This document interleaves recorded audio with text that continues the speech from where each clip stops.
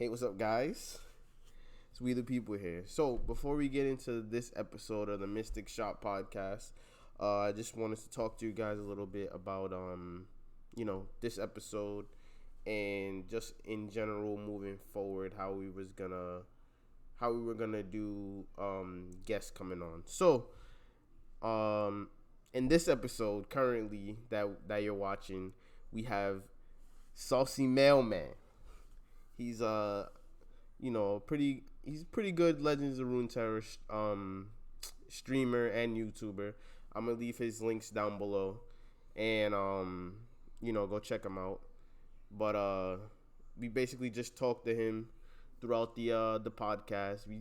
Everybody had a good time, and I hope he definitely joins us for another episode. So but moving forward, if any like streamer or YouTuber or any kind of person would like to join us on the podcast, you could just leave comments below, or we also have a Twitter. I'm gonna leave that below as well. And if you would like to jump on the podcast, you could send us a DM, or you could DM me straight. So I hope everybody enjoys the podcast. Don't forget to like, comment, and subscribe. And I'll see you guys soon. All right, later.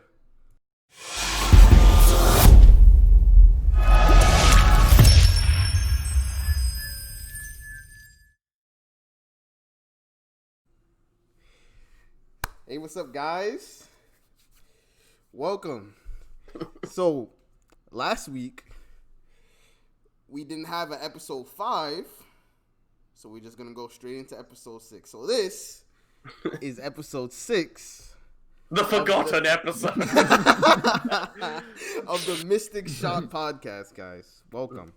Yeah. So, we got, the regular cast, and then we got our little special guest. So let me introduce everybody. So first, we got Mr. Gomez. Yeah, hello. Bollocksy boo. That's all I have to say on the matter. And then we got Swerve. Hello, everybody. I don't have a funny quip or special sound effect. What you mean? You have that Shunpo. Shunpo. And then we got me, We the People. And Yes, then we got our special guest today, Saucy Mailman.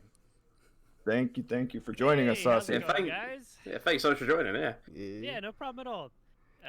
They drug my ass out of bed early in the morning Yeah. True. to hang out. So I'm here. What's up, everyone? Nah, we had to. After that ass whooping you gave me, we had to get you here. There was no way we weren't gonna get you here. Like, we have to talk about that. That's the one thing Revenge. I'm upset about being on the European surfer is that I never get to meet you guys on the ladder. That's so upsetting. Not yet, but soon. Soon. TM. Hopefully it'll come soon with spectator mode, because I'm definitely excited to be spectating some games, casting a few things here and there. So so Saucy, what's up? That's me.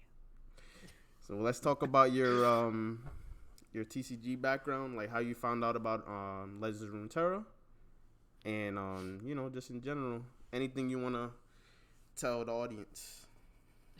Sure.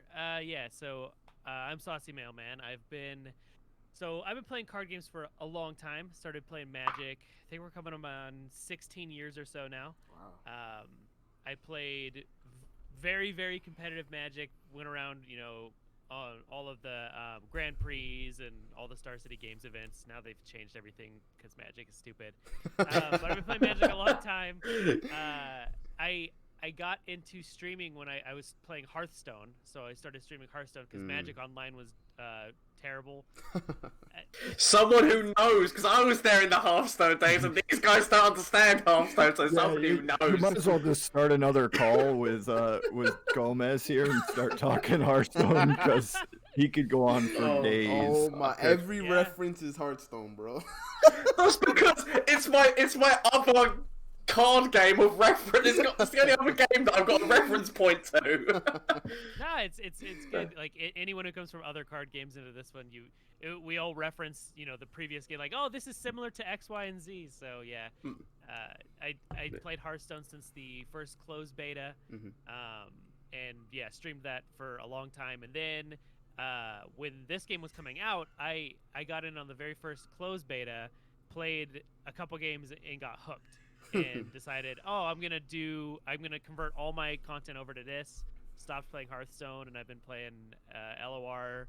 I started coming out with a bunch of like users guides and like new player things, like when the game was super early. And I love this game. It's great. And I have to say, speaking of your content, it is stellar. Like, it's amazing.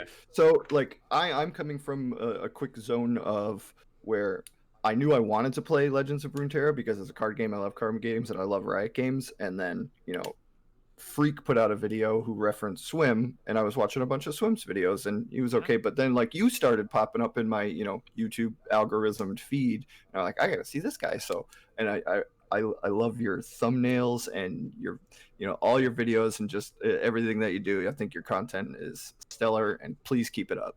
Yeah. I don't plan on stopping. So I will do that. That's good. I like it's the fact that like you got those people who do go for like a full on meta, but then just like the fun decks. That's what I love. Fun, just for a laugh, not like That's which you like grinding that thing, which you like up that ladder, having a laugh as you're doing. So I love that. So well done, sir. Yeah. I don't know. It's one of those things. I think I've played competitive card games, at a high level for so long that it's just not what gets me excited about games anymore. I'd rather focus on interesting things, off meta stuff, memes, swole squirrel, stuff like that. Swole squirrel. Yeah. Nah, the memes are amazing, bro. I love your content, bro. Content is amazing. I remember when originally I feel like I started talking to you back in the Fatu Karma server. That's when I kind of started finding out about you, and then from there, you were kind of the gateway that I learned about LOR. So appreciate that. Hey kid, you want to try some Legends? I appreciate that because without you, I wouldn't even be here. I wouldn't even be here right now. But pretty much, yeah. Like without you, bro, probably wouldn't have ever learned about LOR. Probably wouldn't have ever learned wanted to stream, and yeah. You're the reason why I'm sorry here, for bro. that one then. Nah, you're the reason why I'm here, bro. Honestly, 100%. So I've got the two big questions. Number one, the joke question, which is like this is important. Like how long did it take to get such a marvelous, glorious beard? Because let's face it, you've got one of the most glorious beards in like entertainment. In terms of, for me, when I'm watching videos, your beard is there. It's like, yes. Yeah. I'm sorry for anyone who's watching the video because I did not turn on my webcam because I just rolled out of bed. No, I don't know. I think this is about like 2 years I've been growing a beard. I decided it was more of like originally it was like one of my coworkers told me like, hey, you should try growing a beard. I'm like, nah, I don't want to grow a beard. They're like, you should just do it. And then I stopped shaving, and yeah, that's what happened. I mean, all I'm waiting for when it gets to Christmas time, and if that beard has not got Christmas bauble, like beard baubles, and like some form of beard tinsel or something, I mean, I will be upset, sir. That is a magnificent display I want to see for the holidays, Saucy. for the holidays. Yeah, I'll pull out like a whole like holiday ham that I've just been. Oh, God. But Mary Poppins bag is just... Yeah. It's been hiding in there. To the real question, which is actually is Legends of Runeterra based. Okay, so people who have seen this podcast in the past know my opinions on RNG is the fact I love it because like literally it's those kind of moments which make like a really funny things happen. Like if you're continuously playing like the same thing, it's the unexpectedness and then your reaction to that. Now I know that it's a very unpopular opinion, the fact that I like RNG, because there's a lot of people in the Reddit and in the food who hate RNG. They think that it should be thing. I know that Swerve kind of doesn't like RNG. Like you've definitely been opposed to me in the past. Having watched your videos, I'm guessing that you're along my side. But I just want to check, what is your opinions when it comes to online card game RNG? So that's actually, that's a really, really deep question. I've gotten into this conversation many times in YouTube comments and on stream about, just RNG in general in card games. There has to be some sort of RNG in a card game or else it's not a card game, right? Yeah. That's what differentiates it between this and chess. Someone was telling me they wish that the mulligan phase was you picked which 4 cards you wanted and you started with those every time. And that eliminates RNG, but that's no longer a game. Like, if you eliminate all RNG in a card game, it's no fun. One of the biggest appeals for a lot of people into card games is the best player doesn't always win. So someone who's new at the game could pick their starter deck and they could kick my ass. Mm-hmm. Like sometimes you get screwed in your opening hand. Sometimes you don't draw what you need. Like that is what makes the games exciting. And for a viewer who's watching like a tournament, like if you've ever watched a Magic the Gathering or Hearthstone tournament, those moments where the player draws the perfect answer at the right time, or you don't draw what you need, like those make those exciting moments. So I think RNG is healthy and necessary for a card game in general. I don't lean towards the Hearthstone RNG where like random nonsense is happening and you're winning from Are we talking about Ragnaros on board? That 8 damage is going somewhere at the end of the turn. You don't know where. Well, yeah, and that's actually that's one of the big reasons I stopped falling in love with Hearthstone. Like I fell out of love, I guess. That's a real thing. Yeah, it's the RNG in that game became so ridiculous where like you would win from a random card generated from a random card generated from a random card that you took from your opponent's deck that they randomly generated. Like it was ridiculous. That's nuts. So I take it you remember the days where literally there was Frost Mage with Ice Block, but then you could then get more ice, basically that card which stopped you from dying. It actually stopped you from dying. Yep, it said you can't die this turn. Yeah. Yeah, you just get 55 copies of it, and so I don't love that, but I don't think every game should come down to some crazy RNG fiesta. But I think it's totally fine that some games do come from crazy RNG. Like, we've all died to our opponent getting 300 Doom Beasts from their Stalking Shadows, but like sometimes that just happens, and you have to realize it's a card game. If you're not willing for those things to happen, maybe you shouldn't be playing card games. Mm-hmm. Yeah. Yeah, that's what, because as going through your point in terms of like saying like watching Hearthstone or Magic or something like that, when you're watching those kind of, it's for the viewer experience, those kind of moments are amazing in terms of it's the switcheroo that just no one sees coming, and that's what makes that things like for me for me personally, it's those kind of moments that just make it entertaining, like in terms of when you're watching. So if it was just like the standard, just like you run through a deck, everyone would be running the same decks if you didn't have RNG. Like everyone would just be running like the same things, and it just wouldn't be interesting anymore. So for actually the esports and for tournaments, I love that kind of thing. That's my thoughts on it. Yeah, and we've all had those moments where you top deck the perfect ruination to win the game, and like it feels good. So yeah, I mean that's just like RNG is what happens when you take a deck of cards and shuffle them together. Like you don't know what you're going to be drawing, and if you did, it wouldn't be fun. Yeah, and to clarify, I mean that level of RNG is totally fine with me. I live for that kind of stuff. It's the RNG that you play the same card that your opponent last game played, and you get completely destroyed because of it. But last game, that's the kind of RNG that just it bugs me a little bit. But I have an understanding of that kind of stuff, and over time, if I'm the one that wants to play the steady value cards, I know that I will win out more often than I lose out, and I'm totally fine with that level of RNG, and it does make for great moments and some pretty sad moments too. So it's like that time when somebody just gets treasure trove and then gets Ledros and Dreadway. Dreadway. And it's like, Every time. Yeah, that's 100%er. Oh man, yo, I love Your opponent's always gonna have all 3 weirding stones, and you'll never draw one. That's also how it works too. Yep. Man. They always have Mystic Shot. Yeah, every time. You're at 2 health. They have the Mystic Shot. You're like, damn. Yep. I've done that. Oh yeah. No. With RNG, I think usually I feel like when RNG is bad for you, like it does feel bad sometimes. But I feel like a lot of time when your opponent, like say for instance, gets that card that's like it counters your board, you just have to be like, you just have to clap your hand. You're like, damn. He actually got that. Holy crap. Like, damn. That's pretty this good. This man won the internet today. It's like, damn, that's pretty good. Today, he won the internet.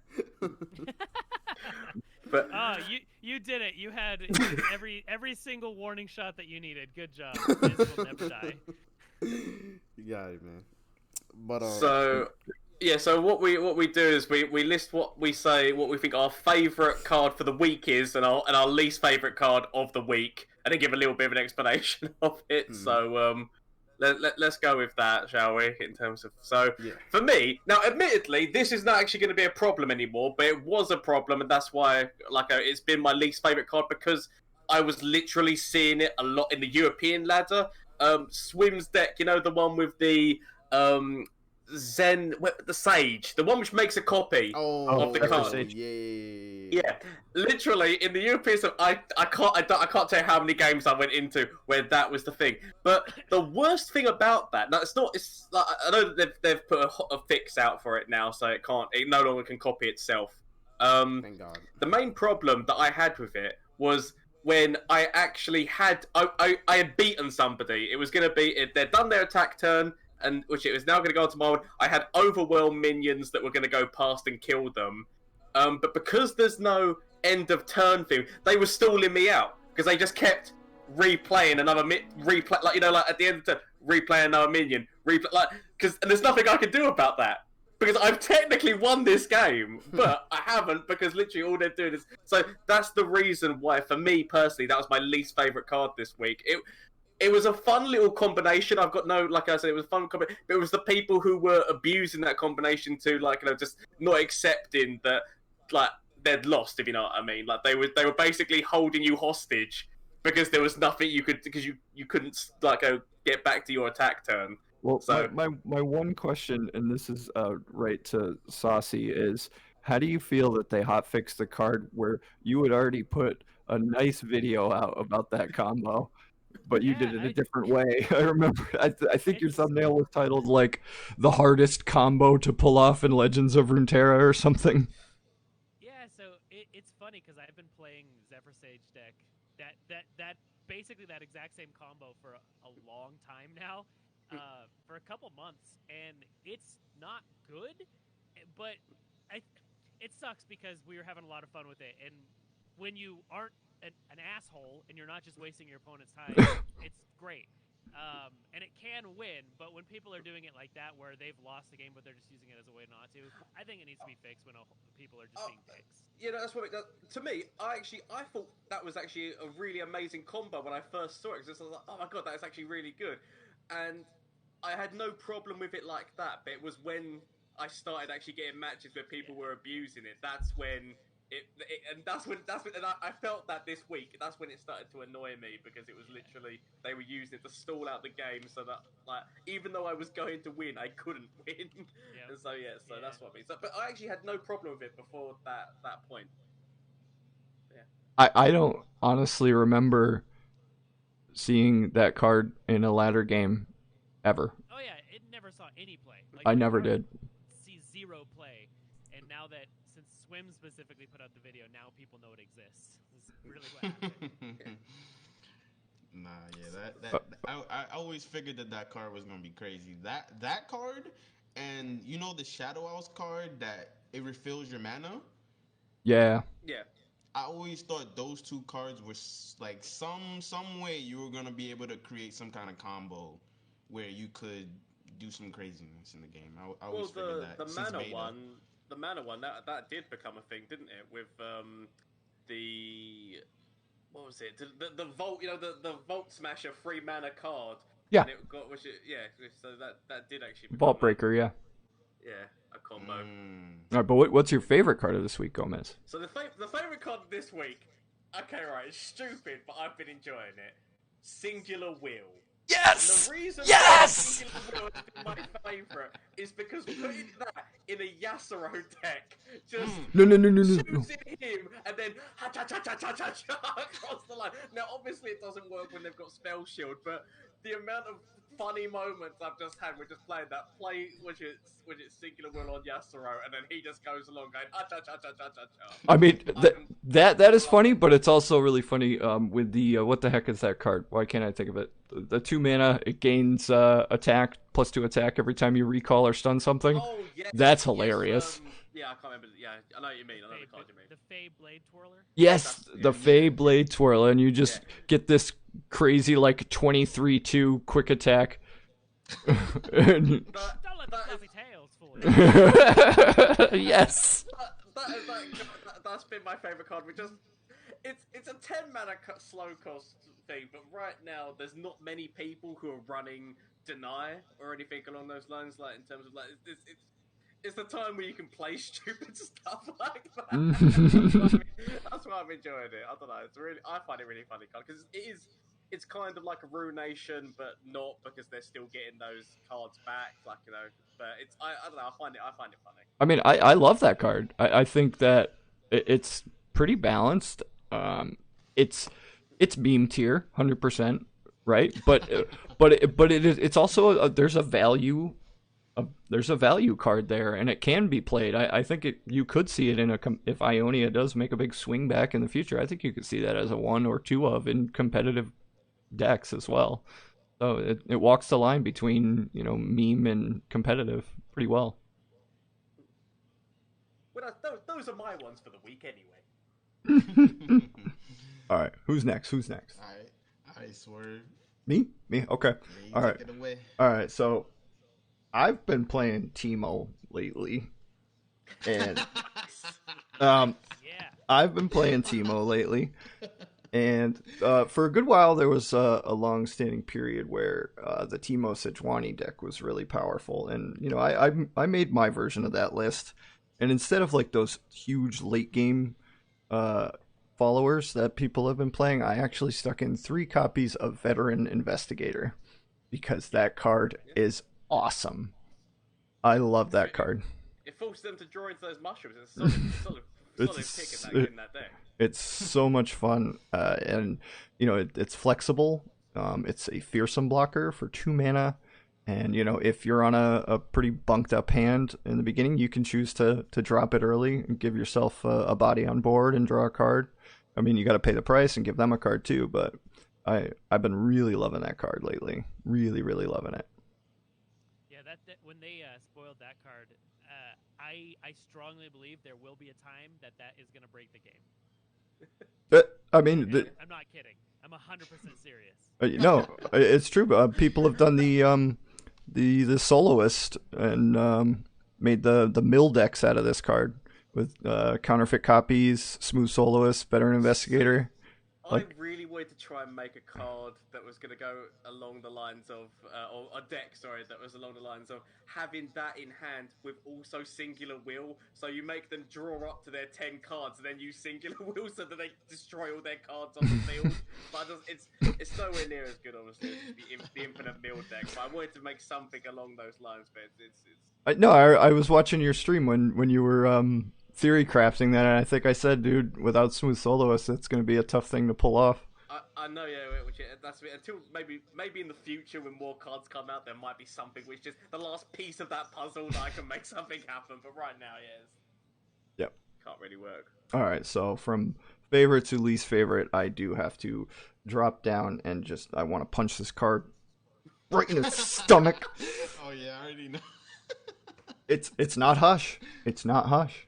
Oh Not. really? Nope. Not this time. But so the card is Young Witch. Screw that card. How dare you? How dare you give it elusive and then make the support get quick attack? How dare you? Not only gives the support quick attack, it also gives it +1. Plus. Oh yeah, sure, why not? Yeah. Maybe have it, on attack, heal my Nexus to full. Like, why not? Yeah. Screw that card. Yeah, I have no idea. I feel like the Lulu deck, it will eventually have to get touched because it can literally kill you in one turn. I think Young Witch is the leading problem with the Lulu deck, honestly, right now, currently. I think that Lulu just needs to get tweaked a little bit in terms of to make it so that you have to do more, because it's really quick and easy to do 3 supports. So just tweaking her difficulty is what I think they need to do with Lulu personally.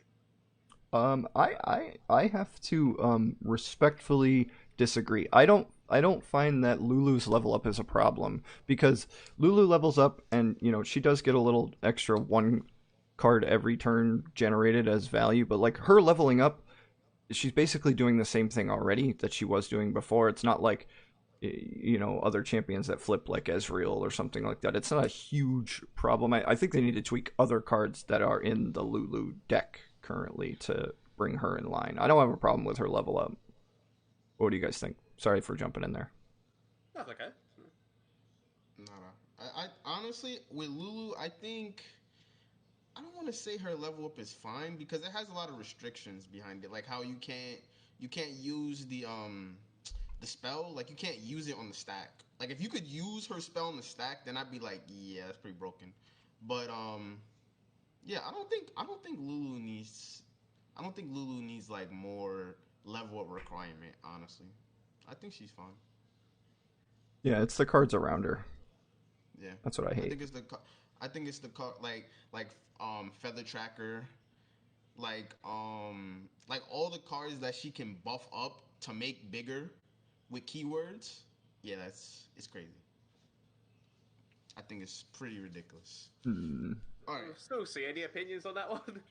I think Lulu's fine. I have no issues with her. I don't think she's overpowered or broken. The decks that, like, when Lulu is strong, if she's like, if the Lulu decks are like a meta deck that's defining things, it's so easy to play around and you can counter it incredibly easy. You just play removal and you win. But she is very, very powerful. She does. I think she levels up a turn too quick. Every time I ever play her, she's leveled the turn I play her. Like she levels on turn 3. If you're playing her in something like Demacia, or I think she's better in a Demacia shell, but that's just me. She's strong. She's very strong. She's a great aggro card. I think she needs to be in the game. If she wasn't, I think we'd be seeing nothing but Acel ramp. So yeah. next to keep in check. Yep. Young Witch is powerful, but I think if you changed it at all, the card is just no longer playable. Like if you remove quick attack, it's just a dog shit card. It's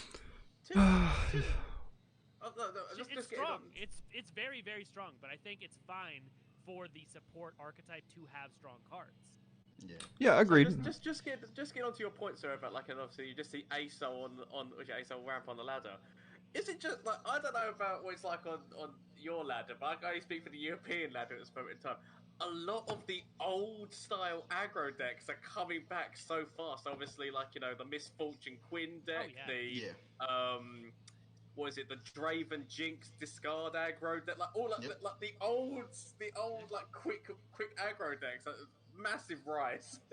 Yep. Those are like the highest win rate decks right now, are just the tried and true decks that people know how to play well. Yep. 100%. That's just how card games work. Whenever people are like, "Hey, it's the first week of the new set. What should I play to hit Masters the fastest?" I'm like, "Play Draven Jinx set." Like seriously. Because why you've got everyone else also trying to sort out and have fun with the new cards, and that's like yes, they're not tried and tested yet. Let's go with the smash in there with aggro. Classic. It happens all the time. It's like, as you say, as they're trying to figure out the meta, you're just punching them really hard. That usually works. I mean, just to wrap up my point about why I hate Young Witch, it's there's two keywords, and keywords are the strongest thing in this game.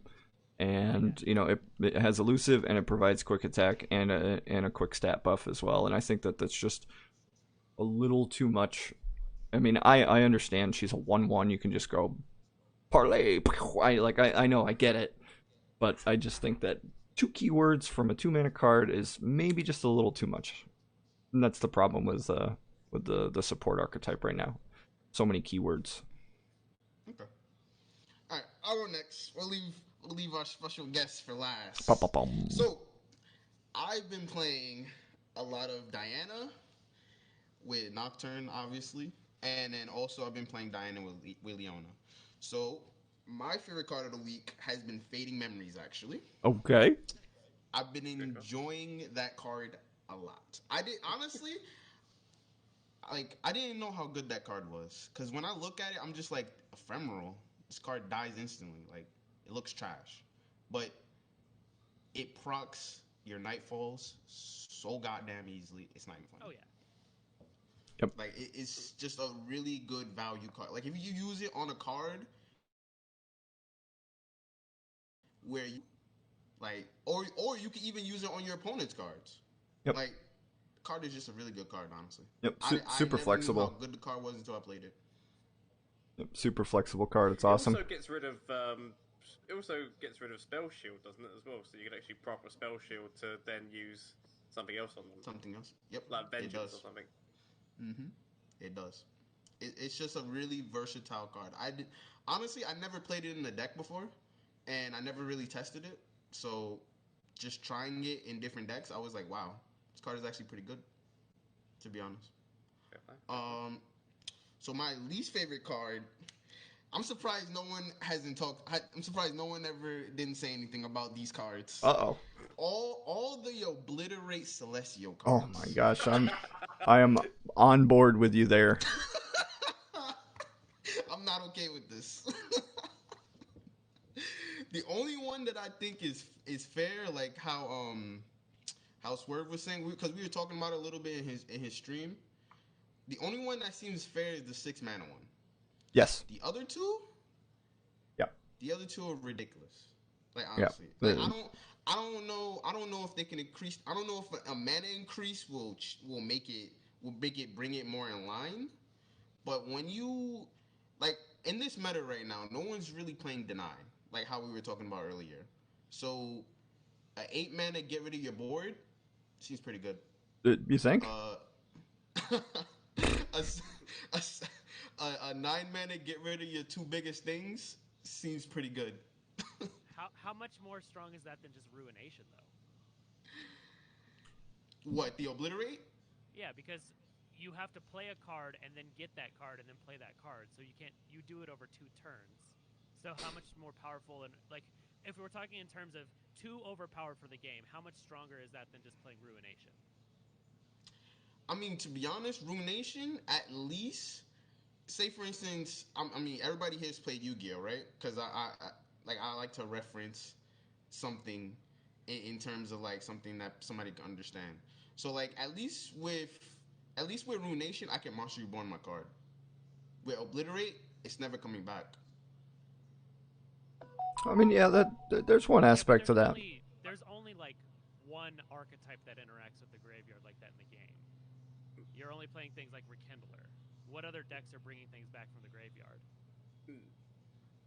Nothing. That's true. In all honesty, I don't actually have a problem with those cards, but I guess it's one of those things where I can understand why because you're saying like, well, how do I know that that's what they chose, or how did I know that they got that in hand?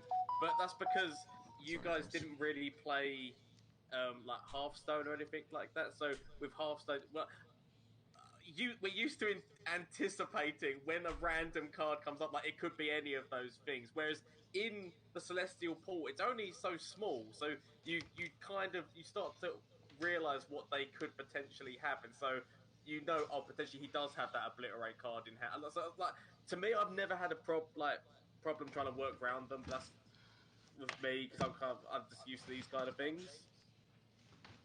Personally, so to me, I haven't actually been having a problem with them personally.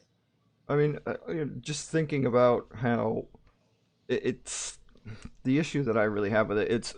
And I think what we the people's trying to say is like at face value, what those cards do is it's painful to be going up against, right? And Oh yeah, they're strong. like the painful part about it is that um to get those cards, yeah, you have to play a card to get it and then play that card, and that's the gate that Legends of Runeterra has put that those powerful cards behind. It's so easy for them to generate those cards in that archetype, is that like if they want it, they're eventually going to get it, and that's kind of like the main problem with them is it's not too hard to get past that gate for that. And it also Invoke is just such a flexible like part of the game, and that's like well, I could get those obliterate cards, but you know what, I could just get this little princess where I get 2/4/3 lifesteal and this, and that's kind of my issue with Invoke in general. Before, like last time when I said that one of my favorite cards was an Invoke card, because I actually like the Invoke thing because it allows you to think on your feet, because you're choosing from a card pool and you get given those three choices. You're trying to work out what is best for the matchup you're against or the situation that you're currently in. And so the versatility of being able to do that's why I've never had a problem. That's why like this doesn't actually, because if you start to get annoyed with the fact that you keep getting your cards obliterated, then potentially going into more Ionia decks and use recall, because there's some cheap recall options within there, which if you want to, and then get back out. I know it means you have to use that mana to replay a card again, but it depends on whether it's the card that you're upset that you're losing or just that you're bored. I don't know. It's personally, I have no problem. Yeah. I'm not saying it doesn't have counterplay. Honestly, because I know it has counterplay. There's a lot of counterplay to the celestial cards that obliterate. It's just that I feel like it just feels so goddamn bad. Yeah, it's painful for sure. Like, damn. Like, trying to play around it, good luck. Because you don't know if they're going to have that in their hand. And if you have a wide board, they're about to obliterate 2 cards, or if everything on your board is less than 3, you don't have a board. Yeah, I think that's the major difference between that and Ruination, obviously, right? And it's gated behind, gotta get a card to play a card, right? But it's just your board, and that's what's kind of painful. And, their board at that point in the game is usually a 10/10 Aurelion Soul plus a couple of other Celestial cards that you don't want them a Soul to help level them up, and that's what's painful about it. And it is also super painful when they level up Aurelion, because now it's 0. Just surrender. Now it's 0. Like, it's crazy. See, but that's the thing. That's one of the funniest things that I've had is when somebody leveled up their Aurelion Soul, but he'd already lost his spell shield. I mean, technically that wouldn't have mattered for what I did, but literally, second it went onto their turn, they started playing them, and I actually just hushed Aurelion just because then all those cards would cost full value, and then he couldn't just get all those things out that he was hoping to. Yeah, I've made that play before. Immediately on my action, just double hush the Aurelion Soul so his cards aren't free anymore. I've done that. That's a good play. Just to get you through the turn if you need to. But but I can understand how it could be frustrating to be up again. Personally. Yeah. There's a when you're talking about card balance and game design, that's the only reason I brought it up. I wasn't like trying to supersede your opinion. I just like to, because there's a difference between overpowered and feels bad. So I just kind of wanted to, like, there's an emotional component to cards being strong, and then there's an actual power component to cards being strong. Because like it feels bad when they obliterate your 2 dudes for free, but they have to have also generated that card, have another Celestial in their hand, it's slow speed, and they have to have a Aurelion Soul leveled up. That's 4 things. If it was just a 9-mana card, obliterate 2 things that you could put in your deck, yeah, that's 2 things. You have to generate it, you need a Celestial in hand, and it's also slow speed. All of the obliterates are slow speed as well, so it's not even more powerful than something like Vengeance that you can play at fast speed. True. I just like to bring it up because people all the time come into my chat like, "Oh my god, this card needs removed from the game." That's a conversation. your chat sounds like that too, huh? Jeez. Yeah. I read on Reddit that someone lost to Aurelian Soul. Yeah, that someone did. Nah, yeah. Honestly, well, we can talk about this later, but I think Aurelian is. Aurelian is. I don't think he needs to be nerfed. Honestly, I think that's. I don't think that's anybody's opinion. Yeah, I think that's different from a lot of people's opinion, but I don't think he needs to be nerfed. To be honest. I don't think he does at all because it takes so much to get. He's a 10 cost card at the end. Like it takes a lot to get to him, and Yeah. even then, you do have to make sure you've got a bald that is at least has 10 damage, I guess, because he's definitely going to be dropping because he drops with 10. So you need the bald that has 10. It's not as easy as like I mean, I don't know. Obviously, Like you have to climb up a mountain to get to. First of all, you have to climb up the mountain to play him. To actually get to 10 mana. You have to climb up a mountain. Then you have to climb up a mountain to have a board to play him to level him. So I think it's fun. I actually think it's funny. Yeah, I mean, deep control still wins faster, so you still get deep faster than Aurelion Soul. It's still more powerful. So. 100% agree. Yeah, those are my cards for the week. I've just been feeling bad from that obliterate, bro. There's a lot of cards like that. But alright, Saucy, you can give us your favorite and least favorite cards of the week. So my favorite card this week is J Medarda. Yes! I have to say, yes! J Medarda is my favorite card. Dude, gems. I'm building. I built a deck, dude. Dude, Jay loves gems. I love it. That's the name. J Medarda Gems is incredible. You can draw your entire deck.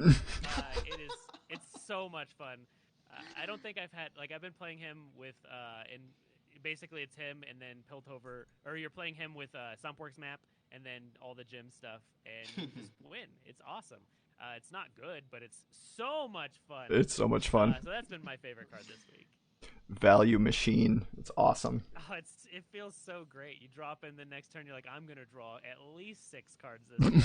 It's awesome. Wow, 6 cards a turn. Oh yeah. My!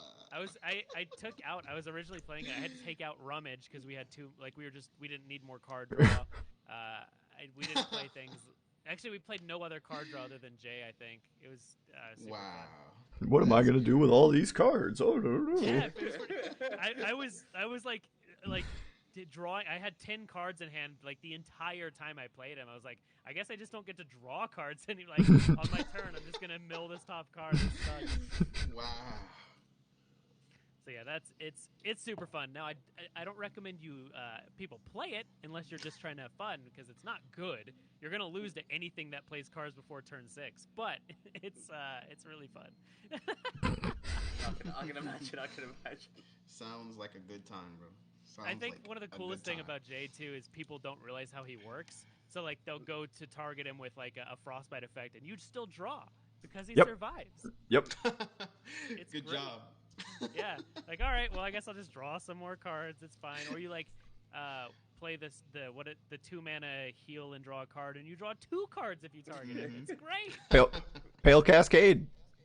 Pale Cascade draws 2. Oh my goodness. And then it's even better if you're playing him with like Tarek. Yep. Because then you get a draw when he gets targeted. It's so good. Mm-hmm. Wow. Yep. That sounds really good.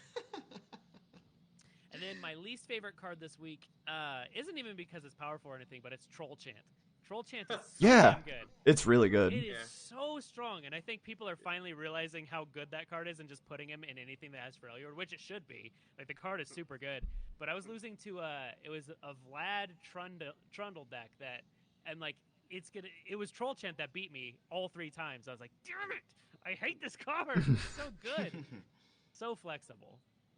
Yeah, especially because it's already in the region, right, where combat tricks are really strong and with frostbite, so it's Mike. Yep, it's just I don't want my card to die, and it's not going to.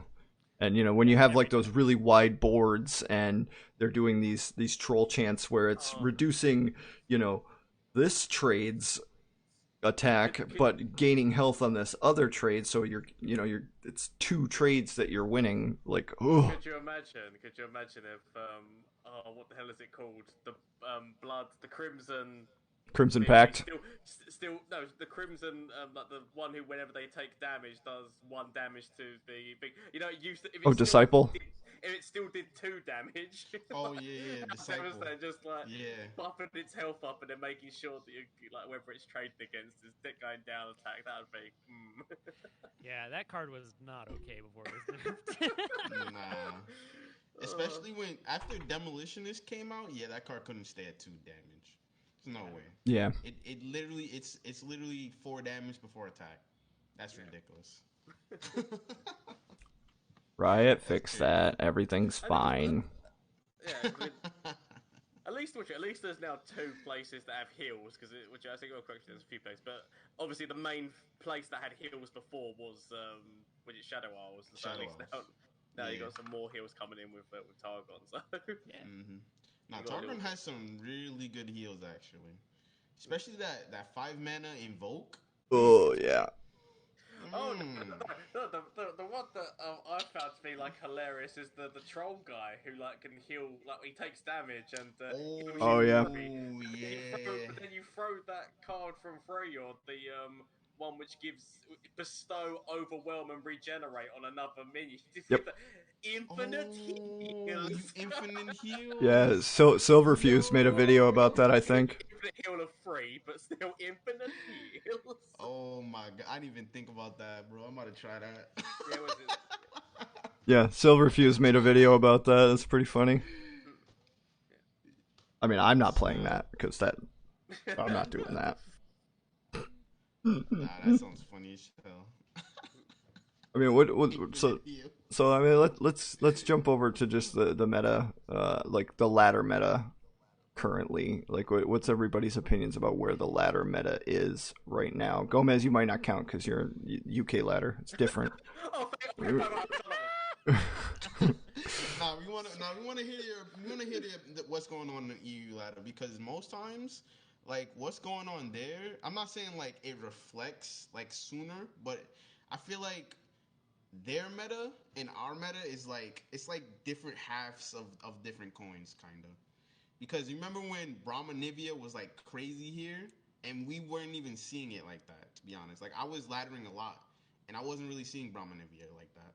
Oh, it was here for years.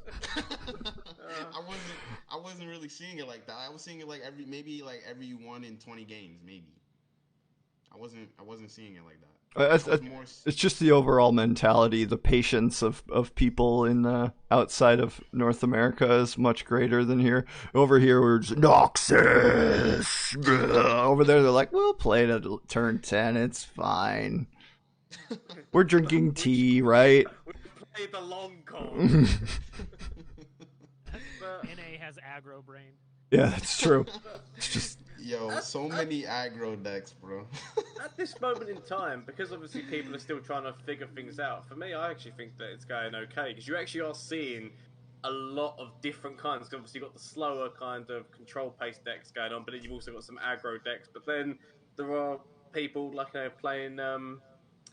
I think you're seeing an actual compared to what it has been sometimes. You're seeing a nice mix of all different types of decks happening at the moment. Personally. Yep, the meta is very, very, very wide right now. It's incredibly wide from what I'm seeing. Yeah. Like, to be honest, it's hard to know sometimes what your opponent is playing, to be honest. Because it's like you'll see you'll just see 2 regions and you'll be like, oh, it's this, and then it's something completely different and you're like, oh, okay, I guess you're not playing that. I've done that before. I played like my champions were Karma and Lux, but it was a Bannerman deck. It was just full on Demacia Bannerman, and those were my only 2 other different cards. I played like 2 back-to-backs or something to proc Lux, and that was it. Oh, that's troll. It was super troll. I mean, because Lux is a crazy value card anyway, right? 4 or 5 with barrier. I'm just gonna attack with this. No, yeah, that's actually. I mean, that's completely viable, especially when it is wide open. I was doing that I was playing the Ledros Dreadway control deck, and I put Misfortune in as just a one-of, just so it would show up as Misfortune in the deck, even though there's nothing revolving around her. So people think I'm playing an aggressive deck, but I'm not. It was like the only champion was her, and it was a one-of. Like the rest was just Ledros Dreadway combo. I mean, that is a thing you can do. Wow. The bait. Yes. Yeah. No, I think Baiting them. yeah. I put in one Callista and one Misfortune, and people were like, I don't know what to do. Like this is gonna be an aggressive deck. Like, nah, dog. I think I got nothing. You just pass. Yeah. Do nothing until turn 8. Like, easy. Give him the sad Poro emote, like, oh, I'm drawing so bad. Oh, man, I'm not getting all my 1-drops that totally exist. Damn. The hard bait. Yep. Oh man, but nah, I think honestly, I think Magua said it, not like on Twitter. He said how usually when like the meta is kind of when usually like when a patch comes through, like the meta is really like shifting, and that's kind of like the best time to play, to be honest. Like I really agree with that. I think that's the best time to like test different things out, to ladder up. I enjoy playing Runeterra when people don't know, like, oh, this deck is tier 1, because you're gonna see that deck no matter what. Yeah. I mean, I've been doing half of that. You know, I am definitely trying out new things, like, very consistently, but I am not laddering up, dude. I am not. He's lost in the infinite. There it is. Yo, Oh, swear, did I- you cut out. Did I cut out? Okay, so I said I'm doing half of that, where I'm trying out new things pretty constantly. Like, you know, I'll stream for a couple hours and I might play like 5-6 different lists, but I am not laddering up. I've not been able to really find the deck that I enjoy playing that's consistent and can ladder yet. I will. I'm sure it's just going to be, you know, TF Swain, and just like I did last season. One of the strongest decks.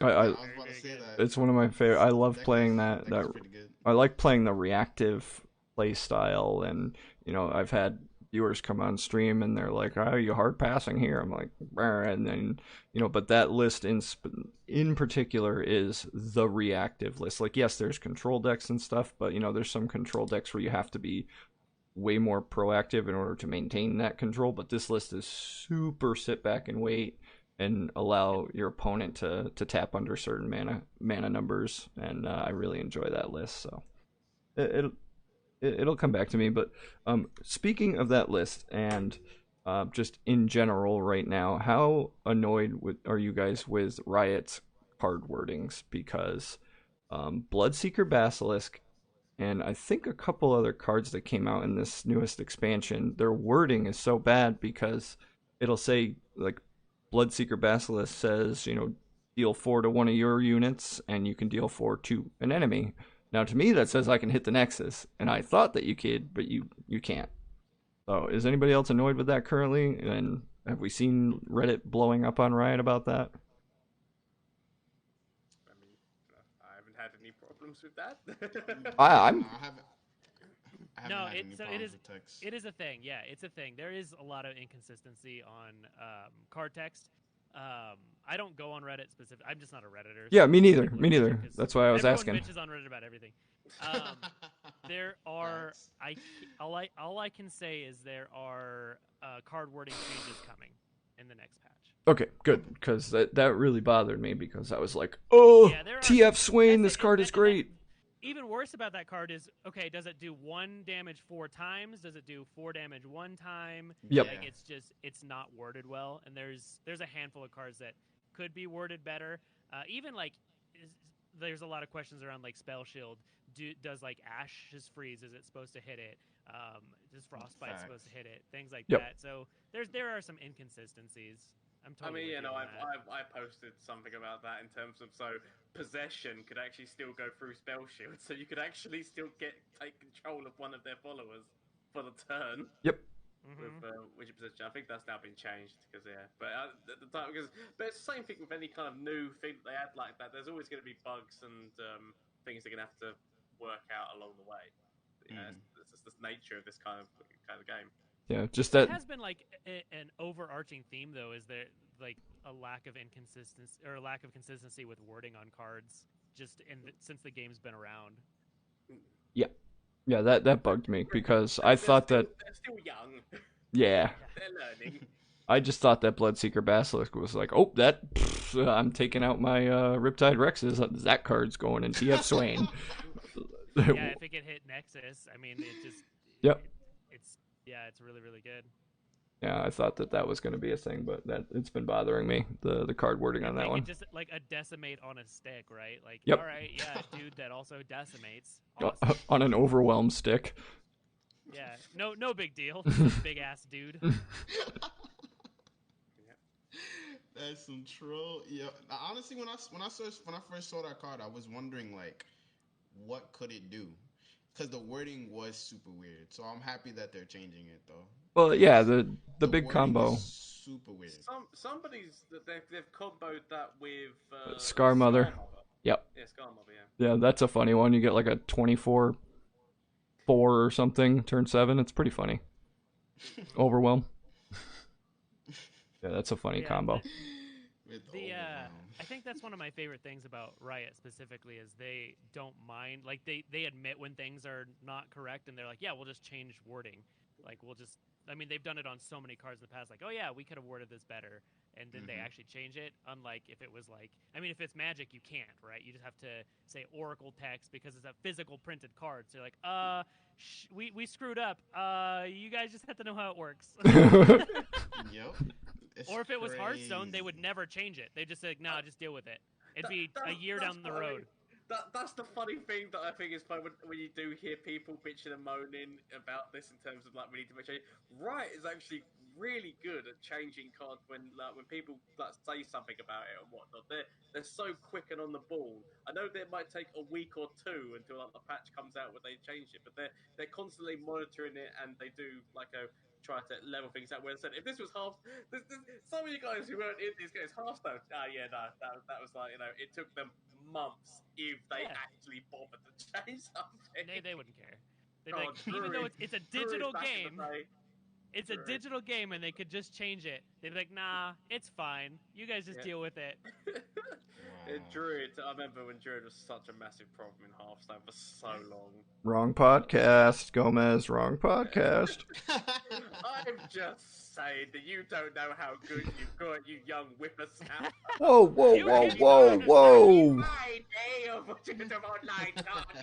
Well, right along with Saucy, I remember like, well, what am I gonna do? Cross off words on my Magic card back in the 4th grade? No, what they do is they get you to, okay, everyone, we screwed up. We're Wizards of the Coast. We make Magic. So we messed up on this card. Sorry. What we need you to do is everyone ship them back to us. So ship back every card that you have that has this word on it. We're going to just cross it off with a Sharpie and send it back, corrected. Sorry, we screwed up. Yep. I would like to also say about what Riot have done. I actually like the idea that they're spacing out, like, so it's 2 months between when new cards are coming, because it is keeping it so that the meta is always going to be shifting. Whereas, like, normally in a card game like this, like, it would be like every maybe like 4 months or so, a new expansion would drop. So like you start to, as you get near the end of that, into month 3 or something, then the meta's been discovered and the game becomes stale, and you're just waiting for the new cards. Whereas this is kind of like nice that every 2 months there's going to be like cards coming in just to keep. I like the way they've done it personally. I think that's quite a good thing that they've decided. Yeah, no complaints for me on Riot balancing. None here. No, I agree with Gomez when he was talking about how Riot is kind of like, instead of, because usually with card games, because I've played like different card games, like I've played Shadowverse a little bit. I played a Dueling Network and just different card games in general, and usually they let the meta settle for like 3, 4, even 5 months. Yeah, but with Runeterra, I feel like right now they're like experimenting, where they're like, so what if we come out with a new set like or not new set, but what if we introduce new cards like every 2 months? Like, what will happen? And I kind of like the take on it. And I mean, I'm gonna stay for the ride. I don't know about y'all. Because I'm trying to see how this is gonna be. Because I honestly I think it's gonna be cool though. To be honest, Yeah. I think it's gonna allow for the game to not feel like, oh, I'm always dying to this one card, or oh, I'm always losing to this one deck or whatever. Because it's gonna be different. Like in a month or two, it's gonna be new cards anyways. Yeah. No, I always love to just get people's perspectives and, see how people are thinking with the meta and the game itself. Because I love how diverse the meta is and that things aren't boring, especially as like a content creator when you're streaming all this time playing different stuff. My very last Hearthstone stream I ever had, it was a 5-hour stream and I literally only saw one deck. It was 5 hours of playing against the same deck. The deck was literally 80% of the meta game, and Blizzard just wasn't. They didn't care. They were literally just like, yeah, it's the strongest deck. Either play it or try to find a way to counter it. And there just wasn't, because you literally won on like turn 3. It was stupid. What? So now, yeah, it was really dumb. But now I'm like, man, my last stream, I think I saw the same deck maybe twice in a 6-hour stream, and I'm just like, this is great. I get to see all this new stuff and play different things. Like, I'm having a blast. Yep. Yeah, it's definitely a very, very, very fresh take on the online card game scene, and I'm, I have my complaints about this, but I feel it's just kind of personal because, Which is valid. like my number one thing in a game is I want to be competitive. I am a competitive player. Saucy, you touched on it. You were highly competitive in Magic, like you said. Yeah. And I think I did just get burnt out after climbing to Masters last season. I just got pretty burnt out, and all these new cards came out, and I wanted to have some fun with it. But winning is something that's also very important to me, and I didn't understand the cards that were out, and I've been losing, and I'm still kind of barely going 50-50 in these games. So I'm not incredibly pleased with it, but I know it'll turn around, and I've been doing more fun stuff, and it's just been a personal take. It's not a dig at Riot or a dig at the game at all. It's just I'm personally unhappy because I'm not winning, but I know that I will eventually again.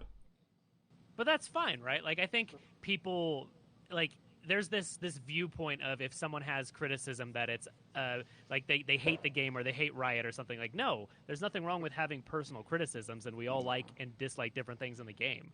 Mm-hmm. Yep, absolutely. It's definitely coming from a personal perspective. I still love this game. Just like I hate, and if anyone who plays Neverglade Collector, you're a bad person. Yes. So no, that's well known.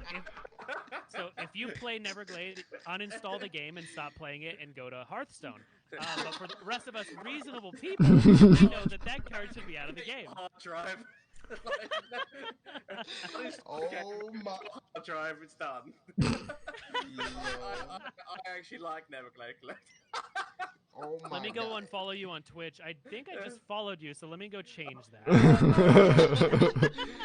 But I don't know. It's one of those kind of cards where everyone's gonna have their favorite and least favorite cards like that. Where it's just, and that's the beauty about being a human being, is that everyone's got their own opinions. Admittedly, some people go a little bit too crazy. But yeah, some people that can I play. You guys real quick. Yes. I have a this brought up an interesting question I always have. So did you guys play other Riot games before this? Yes. Yeah. Okay. Because I did not. So I didn't play any Riot games. I've never played League before. And this is something new to me that I didn't know was a thing. How much do you see, or do you let like your personal like champions that you like dictate what decks you like? Pretty low for me at the start, because I'm a Thresh main in League of Legends. I'm a support main, and I didn't unlock Thresh in the open beta for a good while, because I've always been a big time card player, so I looked at it from that stance personally. But Makes sense. Yeah. With me, I pretty much play all the ADCs, so I've been looking for Lucian to be good. He can be. I'm not saying he's garbage. Lucian's not garbage. He's really good at the moment. I've been seeing decks with him where they've actually been throwing him and Senna. They've been throwing him with Overwhelm. like either with Targon or with Viv. And obviously the double attack, it kills one of them, then boom, that damage goes directly. There's some decks that can run it really nicely. All you got to do is kill his wife, and then he's great. Yeah. It sets him off, bro. You don't want to do that. She's a victim of abuse. It's something that's super interesting to me because I'd never played League before, and so my least favorite champion, and I found that everyone apparently fucking loves this guy. Can I say that? Is Yep. that a bad, Do it. Say it. I should have asked. Say it again. Everyone apparently loves Yasuo from League of Legends. Oh, yeah. I hate Yasuo. I hate him. I think it's the worst card in the game. I hate that card. I just don't think he's good. But every time I start trashing on Yasuo, my chat explodes like, I love Yasuo, and Yasuo in League is so fun. Like, I don't get it. And so it's so then I lean into it more, and I'm like, yeah, I'm going to petition to Riot, let me delete Yasuo from my collection just so I can like disenchant him. And I never had a problem with this because like much like yourself, I hadn't actually played that much of like League. I only had literally started playing last year, and so I only played it but even then, only about 3 or 4 times. So I didn't actually know all the champions. I didn't know. So for me, it never dictated my because I came obviously more from like Hearthstone and War, like the from Blizzard. So admittedly, I used to play Heroes of the Storm a lot. So I love Heroes of the Storm. So I knew Blizzard a lot more. I mean, especially Warcraft. The story of Arthas. Anyway, it's not important. But but you know, I came more from that background. So it's super cool to me. Yeah. I think it's very interesting that like this game has that. Like people have this emotional following of these champions they've been playing for so long in League, and like it's really cool to see that in a card game. Because in Magic, no one gives a crap about what happened to Jace Beleren, and like, they're like, yeah, they're just cardboard. Like people care less about the story in that game. Yep. So like, and that's what I came from. And people like I'm a lore nerd. I think it's cool. I started playing like a lot of TFT, and I started playing some League of Legends just to kind of like figure out these heroes and see what they were like from League to see how they translate into this game. I think that's kind of cool. But like in Magic, I could give a rip. I'm like, yeah, Liliana's cool. I guess she's the black mage. Let me just make zombies. Like, so it's just interesting to me. Yeah. Because when I first started like Hearthstone, like about 4 years ago, however long it was, I will admit that I did actually start like the first couple of decks I made. I started to go along like a rogue way. Or that because in World of Warcraft, when I played World of Warcraft, that was my class that I played. So admittedly, like when I started, I actually did go along. Oh, this is like I'm gonna go with this because this is like my kind of thing. And then obviously, then you're gonna go with what you know. So, of course. Yeah, so I can understand that mentality of like, this is the hero that or this is the champion I always play in this, so I want to make a deck around them. And there's nothing wrong with that because like most champions do have decks that you can like build something around. Right. Yeah, I think every champion in the game is reasonable except for Yasuo. So. Who? I don't know what you're talking about. He was deleted from my collection. Yeah, see, you get it. But I mean, no, coming from League, what I liked to see is the flavor of each champion, and for the most part, Riot nailed it with translating from League of Legends over to Legends of Runeterra. Except there's a couple of cases. I mentioned this in a podcast a couple episodes ago. Is Nautilus? Nautilus is that flavor did not translate from League of Legends because in League of Legends he's a tanky support, and that's all that they got right because he is not a beast that's going to smack you in the face for 13 damage in I said to you, when we talked about this before, I said, would you have preferred him to be the opposite of Thrash, where basically you place him down and he hooks a champion from the opponent's team to take on in front of him? No. Mama, no. No. Don't take my champions. No, please. Don't take my champions. They definitely have done like a good job, like in terms of like keeping it like each champion's got its own kind of way that you can use it, like in terms of like there's decks that you can always make around they've kind of still kept them separate in terms of their whole shtick. I know that obviously there's some combos that were better than others, but I like what they've done so far, and I can't wait to see what else they're going to be adding, what other champions and that. Because I from what I've been hearing about like Zoe or whatever her name is, like a lot of her thing is to do with stealing other people's abilities. So the idea of there being potentially her having like steal the last spell that your opponent played or something like that. I like the idea of. Like, I could see that happening for sure. I mean, Nab's already in the game, so they're not scared to do something like that. I can tell you that right now. Well, it's not even like a. I mean, like a. So they've still got to play it. They've still got to play. So they still get to play the spell. You get like maybe a fleeting copy or something in hand. Just so then they've got to be careful. Because then that's the kind of thing where it takes skill to play around. So I like the idea of something like that. Anybody got anything else? I was gonna ask you guys about one more thing. Okay. So I'm surprised no one brought up this card at all. So how is everybody feeling about Hush? I mean, we brought it up in the last episode, the forgotten episode. We said everything that we wanted to say about it then. I call it the Shushenings personally. It's like, the Shushenings has arrived. But yeah, it does shut down a lot of different the kind of like fun things that could potentially be. It does shut down a lot of that, but it's one of those things where I think that they will make changes to that card, whether or not it's in cost or whether or not it's in how like the speed it can be played is a different matter. But I think they will personally, but I might be completely wrong with that. It's one of those things where it's fun when you have it, and it's not fun when it's played against you. Yeah. My major thing about Hush is that it ropes in all of your bad matchups for you, like all in one card, and can be played over and over again. And that's my major issue with Hush. You know, I think what it does is very powerful, and it should be in the game. I think it should be in some way.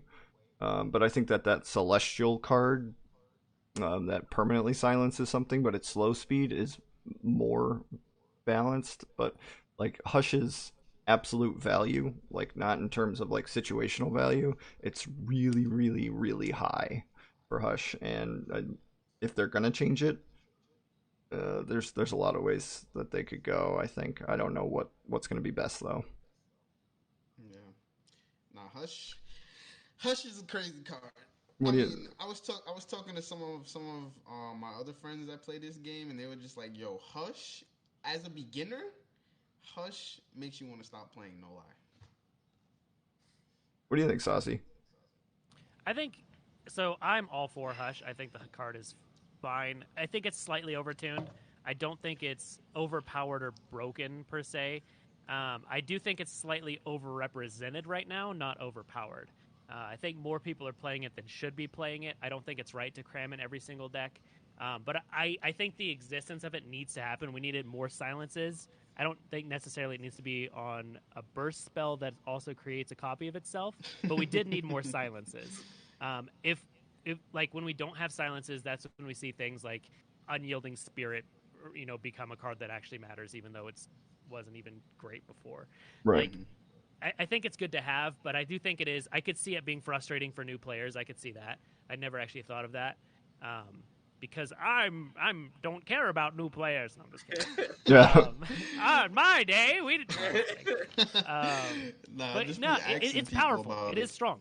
It is strong. I don't think it's broken, but I could see this getting the same treatment that Unyielding Spirit got, where it's just so unfun for your opponent that they could change it. What direction do you think they should or could go to make it a little being fast? See, I don't know if I really like that. I think it would help a lot. Yeah, I think it would be better, but I think they need to kind of go really deep. And we've talked about Hush in a previous episode, and I think the best way to do it would be, you cast Hush, but instead of creating another Hush, it creates a Shush. and a shush is a fast version of it, a 3-mana fast one, and but it doesn't create it, and that's it. And I think a direction like that would be probably a little better. I think that'd be sweet. I think that's a strong direction to go. It's also very good with Ezreal. I don't know if you guys have played the Ezreal. I did, yeah. It's a lot of fun. It's very funny. It's very, very, very funny. Gems and Hush. Oh my god. Yeah. It's strong. Yep. It's strong. Yep. It is definitely. Until they hush your Ezreal. Dang it. Come on, man. Everyone's quiet. Not even until they nab the Hush from your deck and then use it on you. I just can't wait till we have one day we'll be able to play the deck that's just called the Library, and it's all silence effects, nothing else. No, I Shushionings can commence. see now. If I had a list like that, I would name it like "Daddy's Sleeping" or something like that. Yeah. I felt so bad for an opponent I recently had. I mean, I say that I obviously didn't because I still did it. You don't even remember his name. I know. I must have caused so much rage. Just it was an endure deck, and his first endure. Shush. No, they deserve that. They're playing. Yeah, they deserve it. Shush. Dead. Like it's the fact that he then found his other one, and I happened to top deck my other Hush and just shush. Dead. Nah, you know what really feels bad when they go for the atrocity, and you go, "Oh, you were trying to hit me with a 1/1, right?" No problem. Easy. Cool. No problem. That feels bad. That gets them surrendering. It's good though. Like Hush provides a lot of options to win matchups you had no way of winning, like that one. Right. Because, That's I mean, most of the decks playing Hush, all of their removal slow speed, so they have no way to interact with that. right. That's what I was saying before. That's kind of what I hate about Hush right now. Is it makes your bad matchups not so bad, and it's just you stick 3 of them in your deck, and you can reel in these terrible matchups. It hurts. 100%. All right. I think we're gonna end it here, guys. Yeah. Sweet. Thank you, Saucy, for coming on. Like, if you're okay, like potentially at some point in the future, getting you on another episode, like later on down the line, would be quite nice because you're an amazing creator. I appreciate it. I'm at least okay. Yeah. No, bro. You're not okay. Yeah. You're not okay. Definitely top-notch You're only stuff. saying that we the people because you're the one who's facing him on the ladder. Yeah, no, like so when he's not okay, bro. when I reached out to Saucy, I was like not really sure what the response was going to be. I was like, "Hey, Mr. Saucy, how's it going? You know, we have this podcast. I think we the people, and hey, would you like to join us?" Yeah. Yes, I would. And I was, oh, okay, cool. I love podcasts. Podcasts, like, I'm super passionate about podcasts, so I am now. I mean, this has been great. It's been a great, creative outlet, and it's been really fun. Medium. Yeah, it's definitely a great medium. Yeah, for sure. But yeah, so I'll leave everybody's links below. So check it out. Check out Saucy. He's an amazing content creator. I'll put all his stuff below, and I'll put all our stuff below. Awesome. And, we out of here, guys. All right, thank you, everybody. Catch you on the flippity flip. On the flip. Later, guys.